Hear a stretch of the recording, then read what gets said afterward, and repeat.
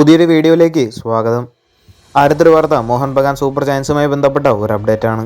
കാരണം മോഹൻ ബഗാൻ വരുന്ന സീസണിലേക്ക് വേണ്ടിയുള്ള തയ്യാറെടുപ്പുകളെല്ലാം നടത്തി തുടങ്ങിയിട്ടുണ്ട്.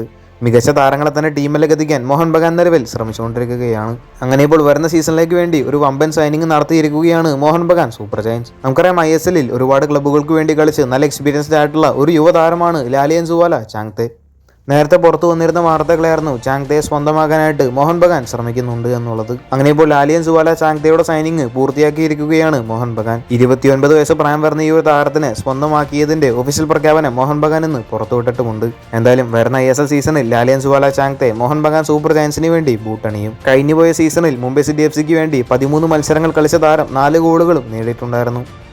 എന്തായാലും അടുത്ത സീസണിൽ മോഹൻ ബഗാന് വേണ്ടിയായിരിക്കും ചാങ്തെ കളിച്ചേക്കുക. അടുത്തൊരു വാർത്ത കേരള ബ്ലാസ്റ്റേഴ്സുമായിട്ട് ബന്ധപ്പെട്ട ഒരു അപ്ഡേറ്റ് ആണ്. കേരള ബ്ലാസ്റ്റേഴ്സിന്റെ പുതിയ ഉടമസ്ഥരുമായി ബന്ധപ്പെട്ട ചില അപ്ഡേറ്റ്സ് ഒക്കെ ഇപ്പോൾ പുറത്തു വന്നിട്ടുണ്ട്.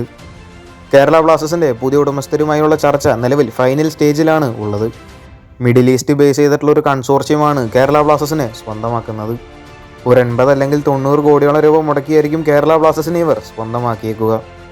90 സ്റ്റോപ്പേജാണ് ഈ ഒരു വാർത്ത റിപ്പോർട്ട് ചെയ്തിട്ടുള്ളത്. പേപ്പർ വർക്കുകളൊക്കെ ഇതിനോടകം തന്നെ പൂർത്തിയായിട്ടുണ്ട്. എന്നാൽ പേയ്മെന്റിന്റെ കാര്യം മാത്രമാണ് ഇപ്പോഴും പെൻഡിംഗ് ആയിട്ട് നിൽക്കുന്നത്. നിലവിൽ ഇപ്പോൾ കാര്യങ്ങളെല്ലാം ഫൈനൽ സ്റ്റേജിലാണ്. കേരള ബ്ലാസ്റ്റേഴ്സിന്റെ പുതിയ ഉടമസ്ഥരുടെ ആ ഒരു ഒഫീഷ്യൽ പ്രഖ്യാപനം ഉടൻ തന്നെ പുറത്തു വന്നേക്കും.